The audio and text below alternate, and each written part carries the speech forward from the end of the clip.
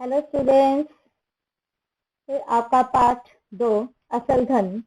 और इसी पाठ को हम आगे बढ़ाते हैं।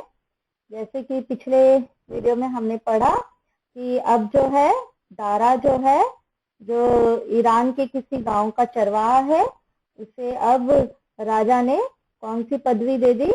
राजा ने उसको गवर्नर की पदवी दे दी। उसकी बुद्धिमानी के बल पर अब वो उत्तरी ईरान के एक प्रांत का गवर्नर बन चुका है।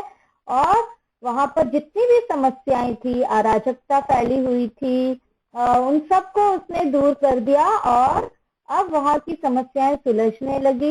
भ्रष्टाचार वहां पर फैला हुआ था, वो भी दूर हुआ। लोग उसका गुणगान करने लगे और ये सारी बातें राजा के कान तक पहुंचने लगी। यानी कि वहां भी वह प्रशंसा का पात्र बना। और यह सुनकर राजा फूला न समाता था। फूला न समाता था मुहावरा है, जिसका अर्थ क्या बताया था? अत्यधिक प्रसन्न होना। चलिए आगे बढ़ते हैं। दरबारियों की जलन और भी बढ़ गई और वे शाह के कान भरने के लिए नए नए उपाय खोजने लगे। तो अब क्या हुआ? अब दरबारियों को और गुस्सा आने लगा कि ये तो वहां जाकर भी अच्छे काम कर रहे हैं। तो अपने अंदर वो गुण लाने की बजाय अब दरबारी क्या कर रहे हैं? और गलत गलत उपाय सोच रहे हैं कि कैसे दारा को नीचे गिराया जाए, यानी कि राजा की आंखों में कैसे उसके प्रति जो है बुराई सामने लाकर और उसको जो है उसकी बुराई करके राजा के सामने उसको नीचे गिराया जाए। तो दारा प्रांत के अनेक स्थानों का दौरा घोड़े पर सवार होकर करता था। तो ये प्रश्न बनता है कि जो दारा था वो प्रांत के अनेक स्थानों का दौरा कैसे करता था? वह घोड़े पर सवार होकर करता था। और दौरे पर जाते समय उसके साथ ही एक और घोड़ा भी होता था। यानी कि एक घोड़े पर वो स्वयं बैठा होता था और एक घोड़ा दूसरा एक और होता था, जिसकी पीठ पर एक बड़ा सा बक्सा रखा रहता था। बक्से के बिना दारा कभी नगर से नहीं निकलता था, कभी भी नहीं निकलता था वो बक्से के बिना। तो यहाँ देखेंगे चित्र में भी एक घोड़े पर स्वयं दारा, ये दारा स्वयं सवार है, दूसरा घोड़ा उसके साथ है और उसके ऊपर केवल बक्सा है। अब न जाने इस बक्से में क्या भरा हुआ है। दरबारियों को एक अवसर मिल गया। अब तो दरबारियों को एक मौका मिला कि चलो अब बताते हैं राजा जी को कि एक घोड़े पर तो सवार होता है, दौरा मतलब वो घूम घूम कर जो प्रजा का हालचाल जो पता करता था। तो दरबारियों को एक मौका मिला कि अब दारा के खिलाफ हम और नई कोई साजिश रचते हैं। उन्होंने शाह से कहा, आप दारा को ईमानदार समझते हैं, परंतु वह बेईमान है। शाह ने बिगड़कर कहा। अब शाह को फिर गुस्सा आ गया कि क्या बोल रहे हैं ये, तुम मुझसे जलते हो इसलिए ऐसी बातें करते हो, तुम मेरे कान नहीं भर सकते।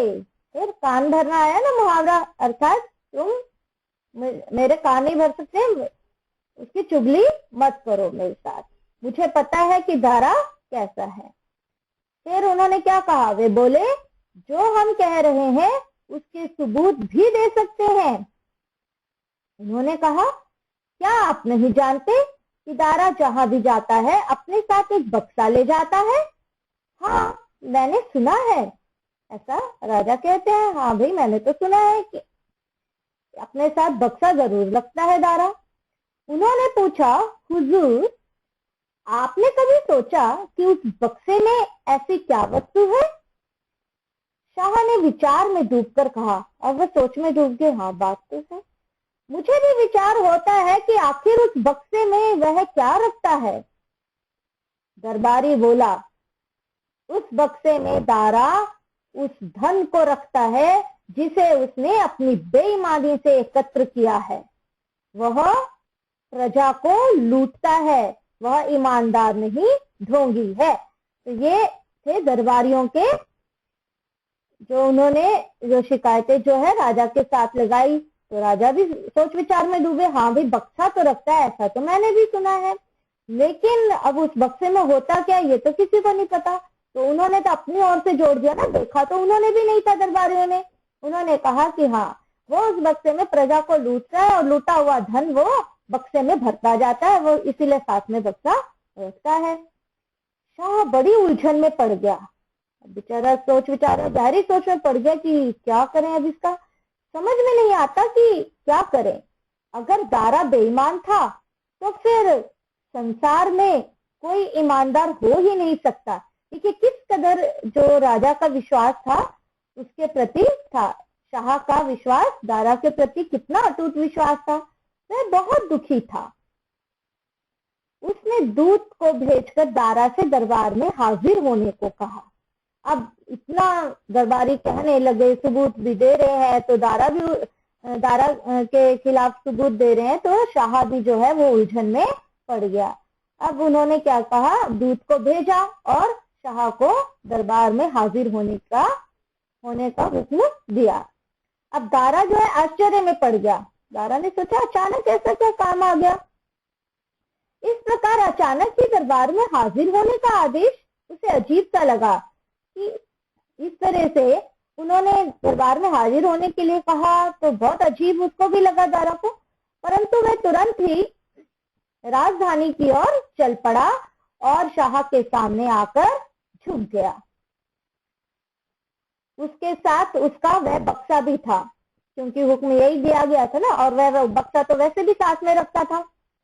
दरबारियों से खचाखच भरा हुआ था। सब देखना चाहते थे कि जो बड़ा ईमानदार है तो वो प्रजा को वाकई लूटता है कि क्या है, सब जानने के इच्छुक हो रहे थे। सबकी निगाहें उस बक्से पर गड़ी हुई थी और दरबारी एक दूसरे को इशारे करके मुस्कुरा रहे थे। क्यों मुस्कुरा रहे थे? वो कह रहे थे बड़े विश्वास करते हैं राजा जी उसके ऊपर, अब देखते हैं कैसे इसकी पोल खुलती है। और राजा जी को भी शर्मिंदा होना पड़ता है, जो हमेशा उसको राज सिंहासन के पास बिठाते थे, हमेशा उसी से पूछताछ करते थे, हर समस्या का समाधान उसी से निकलवाते थे। अब पता चलेगा। तो दारा ने अदब से कहा, इसने तो फिर भी बड़ी तमीज से कहा, ए ईरान के शाह, मैं हाजिर हूं, मेरे लिए क्या हुक्म है? शाह बोला, दारा, हमने तुझ पर भरोसा किया, तुझे सम्मान दिया और गवर्नर बनाया, परंतु तूने हमें निराश किया। अब दारा को बहुत आश्चर्य हुआ और वो बेचारा सोच में पड़ गया। फिर उसने कहा, वह कैसे हुजूर? दारा ने आश्चर्य से पूछा कि मैंने आपको निराश कैसे किया? शाह क्रोध से चिल्लाया। अब राजा को गुस्सा आ रहा था, अंदर गुस्सा भर गया था। अब गुस्सा आ रहा था तो वो जोर से बोले, जोर से चिल्लाकर, क्या यह सच नहीं कि तूने बेईमानी से धन एकत्र किया है? क्या हमारा दिया हुआ धन तेरे लिए काफी नहीं था, जो तू बेईमानी पर उतर आया? यह झूठ है, दारा ने नरमी से उत्तर दिया। अब राजा जी तो देखो जोर से गुस्से से कह रहे थे, लेकिन दारा ने बड़े प्यार से कहा, नहीं, यह झूठ है, मेरे पास ईमानदारी के सिवा और कुछ नहीं है, कि मैं तो केवल ईमानदार हूं और ईमानदारी ही मेरा धन है, इसके अलावा मेरे पास और कुछ भी नहीं है। शाह ने झल्ला कर कहा। अब वो चिढ़ गए ना, देखो नफरत भर दी उसके कानों में राजा के। अब वो चिल्लाकर बोले, यहाँ देखें ये दरबार लगा हुआ है और ये सामने ये शाह बैठे हुए हैं और ये दारा जो है वो बक्सा साथ में, देखो खोलकर दिखाता है तो उसमें से क्या निकलता है।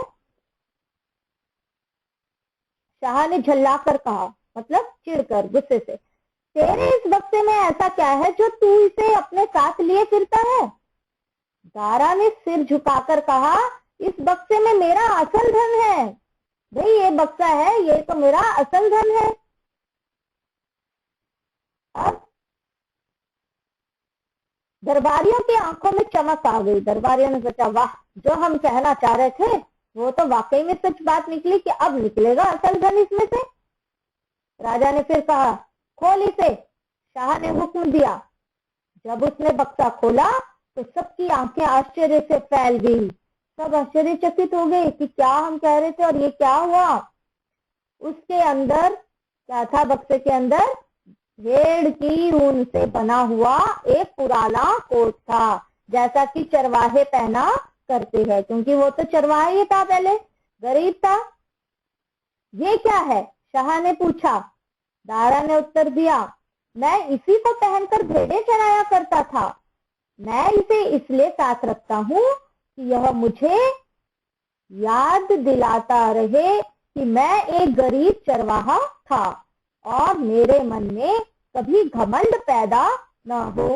यही मेरा असल धन है। दरबार में सन्नाटा छा गया, सब चुप हो गए। दरबारियों के सिर शर्म से झुक गए।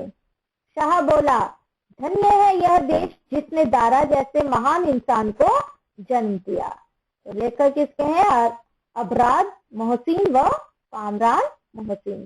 तो देखा आपने, तो किस तरह दारा जो है वो अपना असल धन किसे मानता है, वह है ईमानदारी, उसके गुण, और जो उसके बक्से में जो पहले, यानी कि उसे याद दिलाता रहे। वो उसने कोट इसलिए रखा हुआ था ताकि वो उसे याद दिलाता रहे कि वह गरीब था और कभी उसके अंदर घमंड पैदा ना हो। देखिए इस बक्से के अंदर ये फटा पुराना कोट है ना, जो गरीब जैसे पहनते, ताकि वो इतने ऊंचे पद पर बैठकर भी उसके अंदर घमंड पैदा ना हो। ठीक है, इसलिए उसने वह बक्सा जो रखा हुआ था उसमें अपनी वो चीज, ताकि उसे याद दिलाता रहे कि वह गरीब चरवाहा था, और आज उसे अगर ये सम्मान, मान, प्रतिष्ठा आज उसे प्राप्त हुई है तो वो केवल उसके गुणों और बुद्धिमानी के बल पर। तो आज इतना ही, फिर अगले वीडियो में प्रस्तुत होंगे प्रश्न उत्तरों के साथ। तब तक बाय।